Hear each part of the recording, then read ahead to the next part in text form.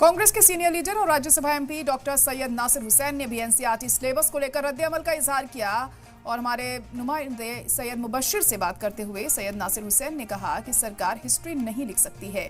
अब हिंदुस्तान की ये हालत हो गई है, ये कोई सरकार अपने एजेंडे को सेट करने के लिए किताबों का इस्तेमाल कर रही है। और क्या कहा सैयद नासिर हुसैन ने, आप भी सुनिए। किताबें किसी इंसान की ज़िंदगी बना भी सकती हैं और ये कहा जाता है कि अगर सही किताबों का इस्तेमाल ना हो तो ज़िंदगी ख़राब भी हो सकती है, बिगड़ भी सकती है। मैं इसलिए कह रहा हूँ क्योंकि एनसीईआरटी ने अभी 8वीं क्लास के चैप्टर्स में कुछ बदलाव किए हैं और ख़ासतौर पर मुग़लों को लेकर जिस तरीके से एक बार फिर बदलाव किया गया। इन्हीं सब चीज़ों पर बातचीत के लिए मेरे साथ कांग्रेस के वरिष्ठ नेता सैयद नासिर हुसैन साहब मौजूद हैं। नासिर साहब, 8th क्लास में एनसीईआरटी बुक्स का चैप्टर सिलेबस पूरी तरीके से चेंज किया गया। मुग़लों को लेकर जो किया गया, चाहे वो हुमायूं हो, बाबर हो, औरंगज़ेब हो, उन सब चीज़ों को लेकर फिर एक चीज़ें चेंज की गई। इस पर क्या कहना है आपका? देखिए, कोई भी समाज को बनाना या बिगाड़ना स्कूल, किताब और सिलेबस का काम होता है। हम लोगों ने हमेशा ये सुना था और माना भी है कि जो है तारीख को हिस्टोरियंस लिखते हैं, हिस्ट्री को हिस्टोरियंस लिखते हैं। सरकार हिस्ट्री लिख नहीं सकती क्योंकि इसमें रिसर्च इन्वॉल्व रहता है, आर्कियोलॉजिकल एविडेंसेस की ज़रूरत होती है, किताबों को पढ़ना पड़ता है। कोई भी सरकार जो है हिस्ट्री को लिखना, बदलना या नहीं तो डायरेक्शंस देना कि एक पर्टिकुलर वे में जो है हिस्ट्री लिखा जाए, ये आज तक हम लोगों ने सुना नहीं था।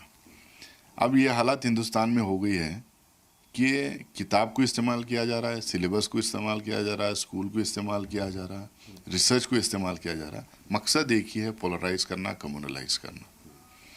मुझे लगता है कि बीजेपी और संघ परिवार का पलना, फैलना और ग्रोथ होना वो इसी पे निर्भर होता है कि वो कितना कम्युनलाइज करें, कितना पोलराइज करें सोसाइटी को। अब ये जो एनसीईआरटी में जो चेंजेस लेके आए हैं, किस आधार पे ये बोल रहे हैं, कैसे शब्द इस्तेमाल कर रहे हैं, ये बहुत ही सेलेक्टिवली ये करने की कोशिश कर रहे हैं। हालांकि एनसीईआरटी का अभी तक कोई इस पर बयान नहीं आया। मेरा मानना ये है कि राजा राजा होता है। अब उसके पॉजिटिव्स भी होते हैं, नेगेटिव्स भी होते हैं।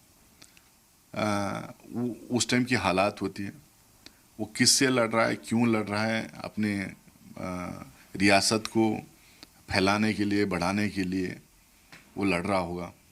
दुनिया भर के जो बादशाहें थे, जो राजा महाराजाएं थे, वो सब अपने अपने किंगडम को एक्सपैंड करने के लिए लड़ाई करते थे, जंगें होते थे उसके चक्कर में।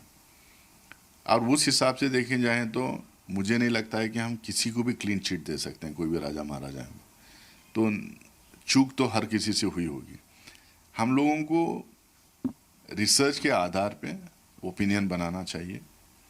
रिसर्च के आधार पे हिस्टोरियंस को छोड़ देना चाहिए ओपिनियन बनाने के लिए।